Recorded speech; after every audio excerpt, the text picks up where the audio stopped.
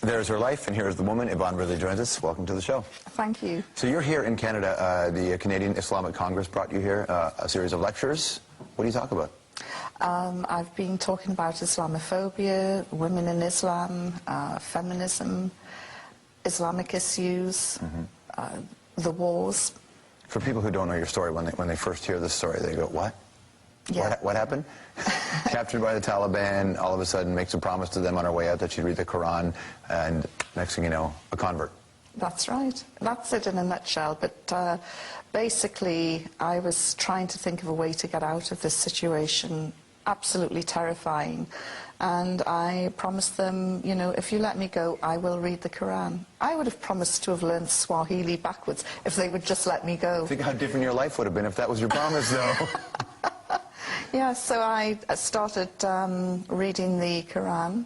It was an academic exercise more than anything else, because as a journalist covering the Middle East and Asia, it was shocking that I knew so little about a faith which was clearly, you know, a way of life for these people. And that academic exercise gradually turned into a spiritual journey, and, you know, nearly 2-3 years later I converted to Islam. Your first husband was Islamic? The father of my daughter, he was a Sunni Muslim. Yeah. And he would try and talk to me about Islam, and I would just say, talk to the hand, I'm not interested. Thankfully, he was very tolerant, and we're still very good friends. Obviously, we've got, you know, our daughter in common. And I called him and I said, why did you never tell me about this great faith? And he said, you would never listen. And he is now quite amused and bemused that I've embraced Islam. Was it you read it and there was an awakening? Were you looking for this or something like this in your life before? Because you've heard of people who look at your situation and say, you just had Stockholm Syndrome, and this is just an after. George, I was so happy with my life. I worked hard, I drank hard, I played, I went clubbing. Sounds perfect. What's the need here? The last thing that I was looking for was a religion which would turn my life upside down. I was really happy as a party girl.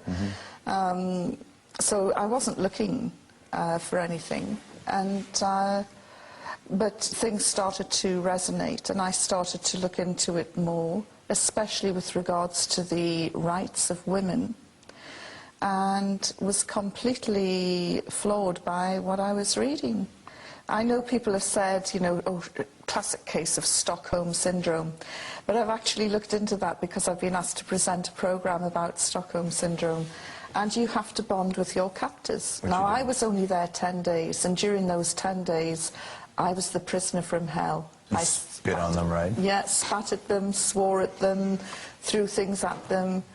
In fact, every prejudice that the Taliban ever held about Western women was probably reinforced and made worse. You're like an episode of Absolutely Fabulous, sitting inside it. Was that what it was? It was a bit like Patsy, you know, Patsy meets Mullah Omar. It was a total clash of civilizations. I heard you kept a diary on the inside of a toothpaste box. Is that accurate? Yes. What did you write in there?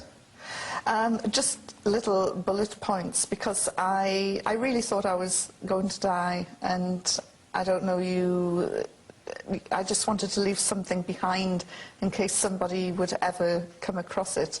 I'm not a psychologist, I don't know, but I'm just, that's thinking you're going to die to that point, that's the kind of traumatic experience that could really kickstart a change in one's life. When you left that situation, did you sit there and say, I thought I was going to die, my life isn't good enough, I'm not doing what I should be doing, and that helped precipitate?